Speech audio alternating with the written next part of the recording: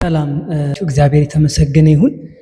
ዛሬ ደግሞ ስለ ጸሎት መጻሕፍት በተለይ ቅዱሳት መጻሕፍት የሚባሉ አሉ በቤተ ክርስቲያናችን። በዛሬ እናያለን። 3 ሀሳቦች ነው እዚህ ቪዲዮ ውስጥ ያለው። የመጀመሪያው ጸሎት መጻሕፍት ማለት ነው። ራሱ ጸሎት ማለት ምንድነው?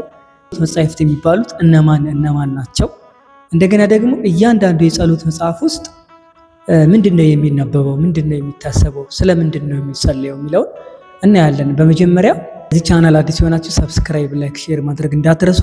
አዳዲስ ቪዲዮ እንዲደርሳችሁ ደግሞ የኖቲፊኬሽን ብራቷን መጫናችሁን እንዳትረሱ፣ እንዳትዘነጉላለው።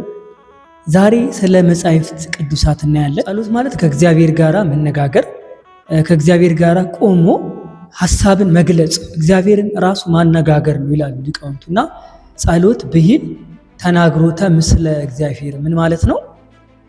ጸሎት ከእግዚአብሔር ጋራ የምንነጋገርበት ቋንቋችን ነው። ያለ ጸሎት በጣም ከባድ ነው። ምክንያቱም በእግዚአብሔር ፊት መቆም የምንችለው በጸሎት ነው። አስባችሁታል? ዓለምን ከፈጠረ፣ ዓለምን ከዘረጋ፣ ዓለምን በመዳፉ ከያዘው፣ ሁሉ ነገር በእጁ ከሆነው ፈጣሪ ስር የምንበረከክበት፣ የምንማልልበት፣ የምንማልድበት፣ የምንቀርብበት አንዱ መሳሪያችን ጸሎት ብቻ ነው። ምክንያቱም በጸሎት ጊዜ እግዚአብሔር እናገኘዋለን፣ ከእግዚአብሔር ጋር እንነጋገራለን። መጽሐፍ ስናነብ ምን እንለዋለን? እሱ መጽሐፉ ይናገረናል አይደል? ጸሎት ማለት ያለንን ሐሳብ፣ ያለንን ፍላጎት፣ ሁሉን ነገር ጠቅልሎ አንድ ላይ አድርጎ የሚያቀርብ ነው በጸሎት ውስጥ። ምክንያቱም በጸሎት ውስጥ ብዙ ነገሮች ስላሉ ማለት ነው። የመጀመሪያው ጸሎት ጸለየ፣ ለመነ፣ ጠየቀ፣ ማለደ። ማለደ ካለው የግዕዝ ቃል የወጣ ሲሆን ትርጉሙ ማለት ነው ለመነ፣ ጸለየ፣ አማለደ፣ ጠየቀ፣ ፈለገ፣ ሻተ ማለት ነው። እነኝህን ሁሉ ነገሮች የያዘ ነው የጸሎት ትርጉምና በእነኝህ ውስጥ ታዲያ እንግዲህ የጸሎት መጻሕፍት የምንላቸዋል። በእግዚአብሔር ፊት በምንቆም ሰዓት ብዙ ነገሮቻችንን ነው የምናቀርበው። ልመና አለ፣ ምስጋና አለ፣ ደግሞ ጥያቄዎች አሉ። እነኚህ ነገሮች በሙሉ ነው በዚህ ጸሎት ውስጥ የሚመለሱ። እግዚአብሔር እነኚህ ነገሮች በሙሉ እናቀርባለን። እግዚአብሔር ደግሞ የሚሆነን የሚበጀንን ይመልስልናል ማለት። ስለዚህ ከነኚህ ውስጥ መካከል ታዲያ 3 ነገሮች ናቸው ያሉት። የመጀመሪያው ጸሎተ አኮቴት አለ፣ ሁለተኛው ደግሞ ጸሎተ ምህላ አለ፣ ሶስተኛው ጸሎተ አስተብቆት የሚባል አለ።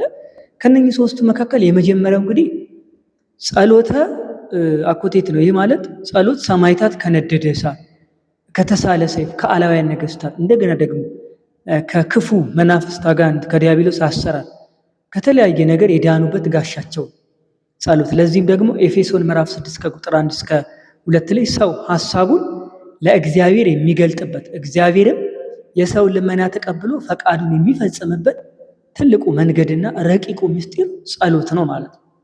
እንግዲህ እኛ ለእግዚአብሔር የምናቀርበው ነገር የለን፣ ታውቃላችሁ። እኛ እኮ በእግዚአብሔር ፊት እንኳን መቆም የምንችል አይደለም። ነገር ግን መቆም የሚያስችለን ጸሎት ነው። ጸሎታችንን ይዘን ዳዊት ሊሆን ይችላል፣ ውዳሴ ማርያም ፊት እንድንቆም የሚያስችለን ጸሎት ነው ማለት ነው። ለዚህ ጸሎት ይዘን መቅረብ መቻል አለብን። ከእግዚአብሔር ጋር መነጋገራችንን የምናውቅበት፣ ከእግዚአብሔር ጋር እየተነጋገረ ያለ ሰው ደግሞ ከሌላ ከማንም ጋር ሰማይና ምድርን ከፈጠረ ከአምላኩ ጋር እየተወያየ እየተነጋገረ ያለ ሰው ከሌላ ጋር ምንም ስራ ይሰራ፣ ምንም ነገር አያደርግም። በኋላ እንመጣበታለን። ሌላው ጸሎት በ3 ዋና ነገሮች ይከፈላል ብያቸዋለሁ። ጸሎተ አኮቴት አለ፣ ጸሎተ ምህላ አለ፣ ጸሎተ አስተብቆት አለ።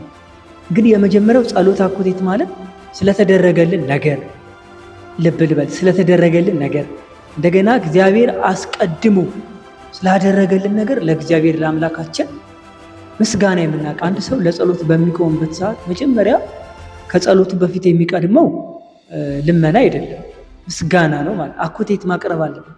በሰላም አሳድረኸኛልና አመሰግናለሁ፣ ቀኑን በሰላም ታውለኝ ዘንድ አመሰግናለሁ፣ ይህንን አድርገህልኛል። ብዙ ነገር መዘርዘር ትችላላችሁ።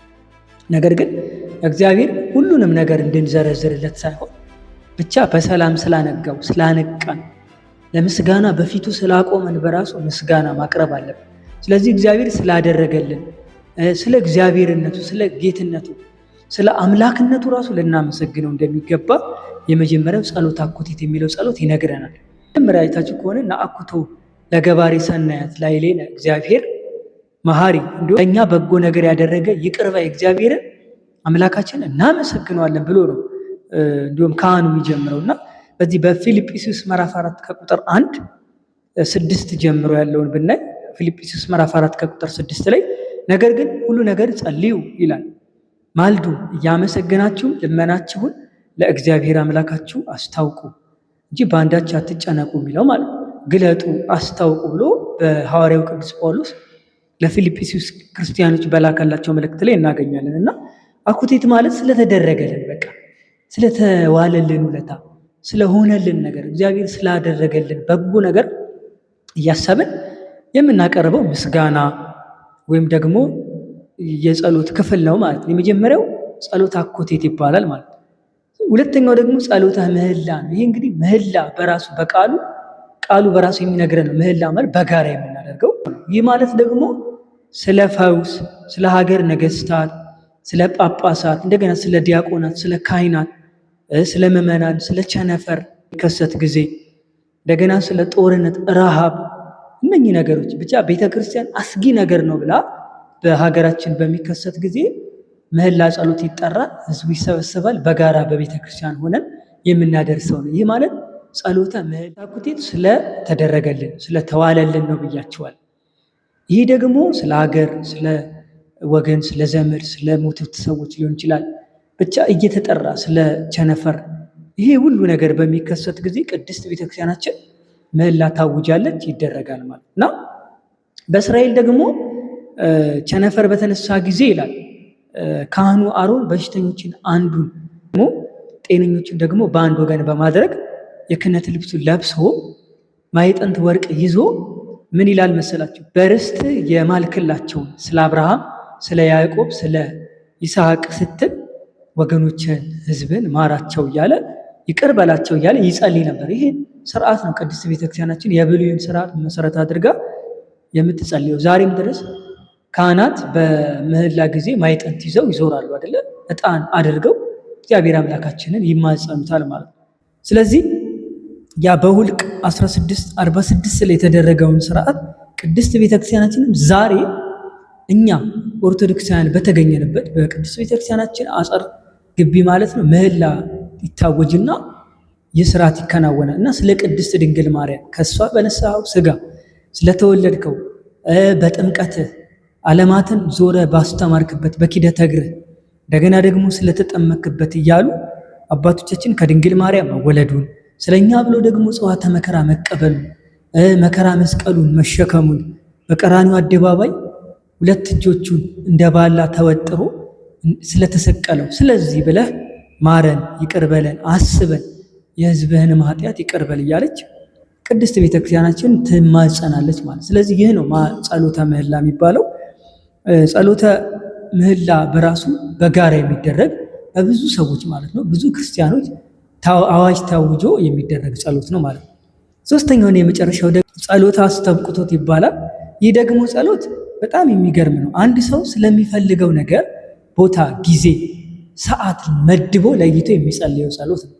አስተውሉ። ሱባኤ ማለት ለምሳሌ አንድ ሰው ስለሚፈልገው ሊደረግለት ስለሚሻው ጉዳይ ሊሆን ይችላል በዓት ዘግቶ ወይም ጊዜና ቦታ ሰዓት መርጦ የሚደረግ በጊዜ በሁኔታ የተወሰነ ነው ማለት ነው። ለምሳሌ ሱባኤ 7 ቀን ሊሆን ይችላል፣ 14 ቀን ሊሆን ይችላል፣ 21 ቀን ሊሆን ይችላል፣ 64 እያለ ሰው እንደ አቅሙ እንደ ችሎታው ብቻ ሊደረግለት ስለሚፈልገው ጉዳይ ይጸልያል፣ ይለምናል። ደከመኝ ሰለቸኝ ሳይሉ በመመለስ መላልሶ በመጸለይ ትጋት ይጠይቃል ማለት ነው። እና ለምሳሌ ትልቁ መቃርስ የተባለ ቤተክርስቲያናት መነኮሳት ላይ የተገለጸ አንድ ታሪክ አለ።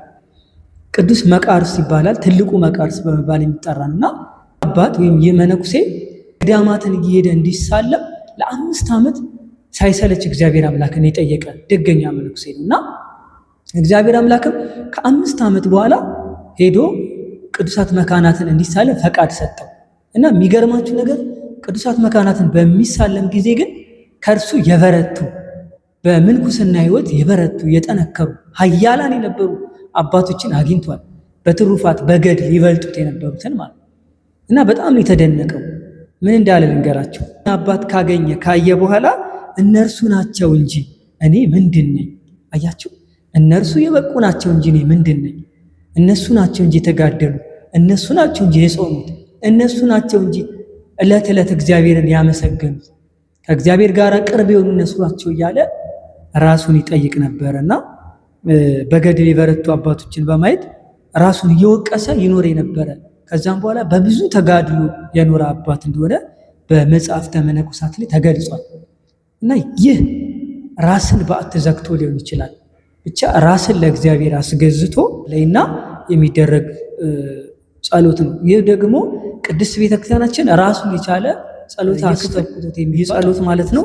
ስለ ሞቱ ሰዎች፣ በህይወት ስላሉ ደግሞ ሰዎች፣ ስለ ነገስታት፣ ስለ ጳጳሳት፣ እንደ ሙሰ ክርስቲያን፣ ስለ ምእመናን የሚጸለይ ጸሎት አላት ማለት ነው።